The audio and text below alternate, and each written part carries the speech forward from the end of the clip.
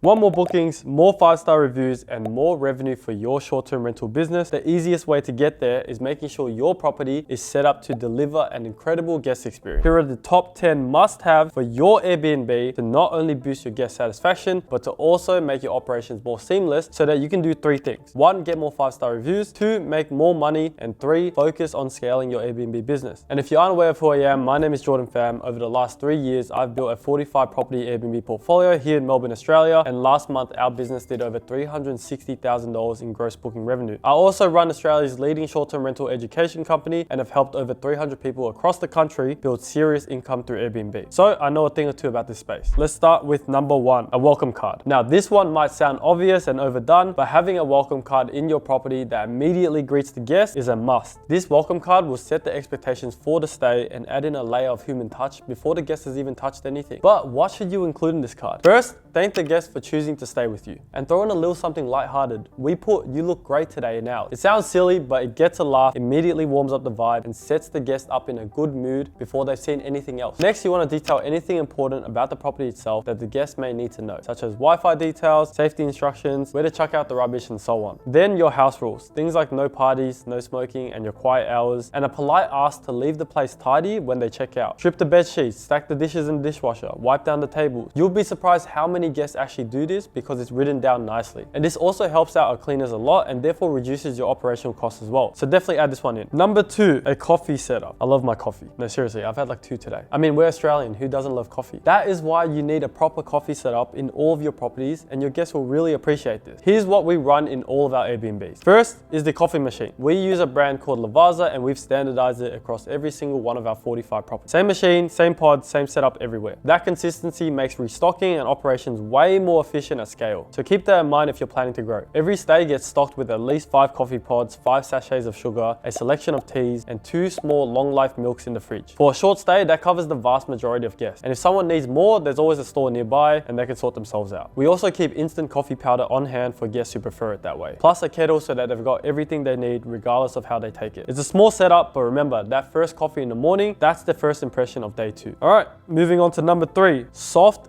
and firm pillow. Admittedly, when we first started hosting on Airbnb, we were cheaping out on pillows and bedding all the time. We would just buy 4 of the same flimsy, soft pillows that reflected in our reviews and our complaints. So learn from our mistakes and take this one into consideration. Every guest is different. Some guests like their pillow soft, some like it firm. For me personally, I like it a little bit in between. I don't want to be able to grab my pillow and scrunch it up into a ball, and I don't want to be resting my head on a rock. Every double, queen, or king size bed should have at least 4 pillows on it. 2 soft and 2 firm. This way, your guests have a choice. Don't cheap out on the bed. That's where the guests spend a majority of their time with you. And that brings me to point number 4, mattress and pillow protectors.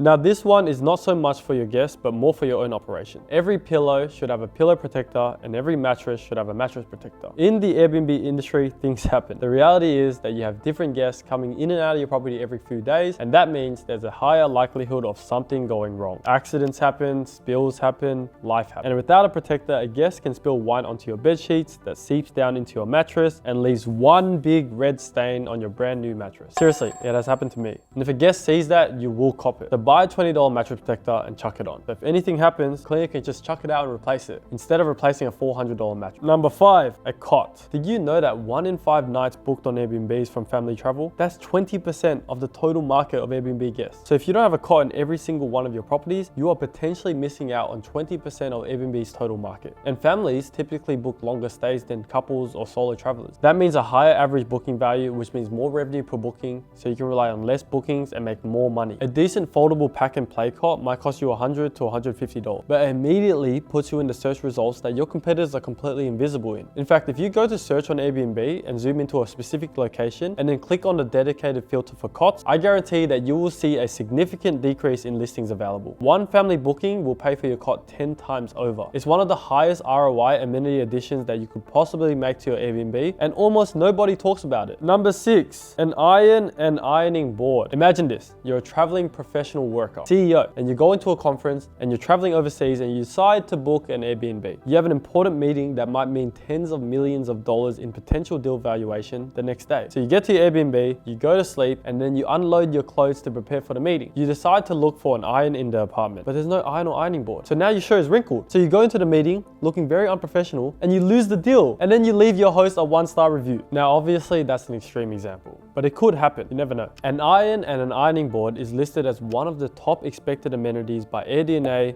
Logify, and IGMS. Even Airbnb itself lists iron as a standard amenity in their host setup checklist. The fact is that business travel on Airbnb has grown significantly, and working travelers specifically expect ironing facilities. This $50 amenity will boost your listing in the search results, and therefore you will get more views of your listing, get more clicks, and ultimately more bookings. It's simple conversion mathematics. Number 7, a smart TV or a Fire Stick or Google Chromecast. Speaking of another important amenity, a smart TV is a must in any Airbnb. For all of our properties, we usually use the same $400 50 to 60 inch smart TV that we order online. For some of our more premium properties, we might get a bigger TV, like 70 or 80 inches. And honestly, what I've learned after doing this across 45 properties is that bigger is generally better. Go on Airbnb right now and you'll see listings with 40-inch TVs that look old and outdated. That's an immediate turn off for a lot of guests. People are used to big screens at home. So walking into a property with a small dated TV sets a tone that you don't want to set. Now, if a brand new smart TV doesn't fit your budget right now, that's fine. You've still got options. Jump on Facebook Marketplace or Gumtree and you can find a solid secondhand TV for a fraction of the price. Just make sure that you pair it with either Amazon Fire Stick or Google Chromecast. These devices plug straight into any TV and gives your guests the ability to log into all of their streaming platforms. So you got Netflix, Disney+,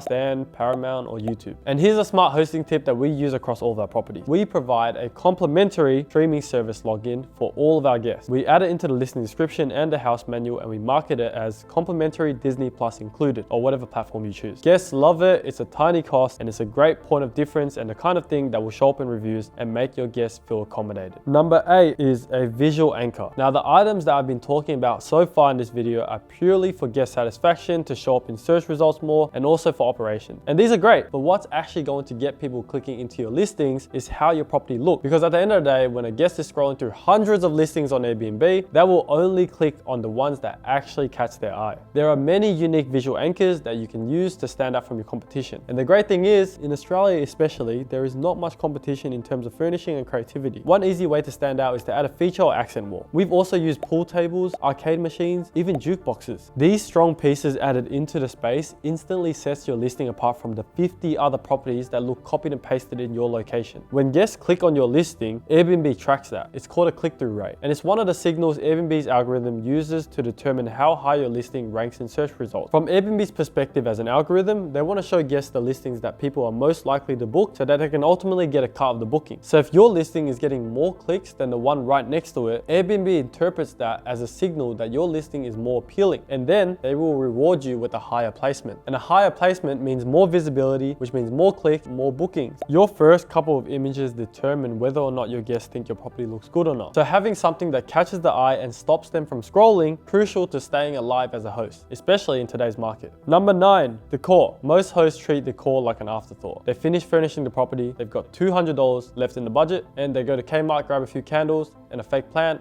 and then they call it done. And it shows. Here's how to actually think about decor. Every single item in that property should be doing one of two things. Either it's making a guest feel something, or it's making your operations easier. And if it's doing neither, it shouldn't be there. The mistake that most hosts make is adding too much. They think more stuff equals more value. It doesn't. More stuff actually equals more clutter, more things for cleaners to move, more things to break, more things that guests complain about. The properties that photograph the best and review the best are almost always the ones that did less but did it intentionally. Here's the framework that we use. You pick a color palette, 2 or 3 colors, and stay inside it across the whole property. Every cushion, every throw, every piece of wall art should sit inside that palette. When you do that, even an average furnished property looks professional and designed carefully in photos. Then you can add 1 or 2 statement pieces per room. There might be a bold piece of wall art above the bed, a textured throw on the couch, a tall artificial plant in the corner. All your decor needs to be chosen wisely and specific to the space rather than add clutter. And number 10, and the final thing on this list, is an internal storage facility. This is purely operational, but it's something that we implemented in our properties from the very beginning of our business and that we still use to this day. Inside all of your properties, there should be a dedicated internal storage facility for all of your operational inventory. So this means somewhere that you and your cleaners have access to spare coffee pods, tea, sugar, spare welcome cards, and consumables. But your guests shouldn't be able to access this. So if you have a lockable closet, that's perfect, use that. Otherwise, you can go to Bunnings and get yourself a storage chest with padlocks for the lid and put that in a low traffic location like the closet or the laundry room. And here's why this matters operationally. Every single time a cleaner finishes a turnover and has to contact you because they don't know where something is, or because a consumable ran out, or there's no backup on site, it creates a delay and it creates friction in your processes. This will lead to slower turnovers, which is of course a big problem when you're running at scale. And that is the list. 10 things, most of them cost less than a single night's booking revenue to implement, but can definitely be the difference between an operator making $2,000 a month or an operator making $10,000 a month. And here's the thing that blows my mind every single time I look at this market. The opportunity in Australia right now is genuinely ludicrous. We are not in a saturated market. We are not in a market where you need to be exceptional just to survive. The bar that most hosts are operating at is so low that if you just implement what I showed you in this video, you are already in the top tier of listings in Australia. Now, if you've been watching this and thinking that you don't even own a property, so none of this applies to you, let me address that. Because that's actually how I and the majority of people in our community get started. It's called rental arbitrage. You find a landlord, you lease their property,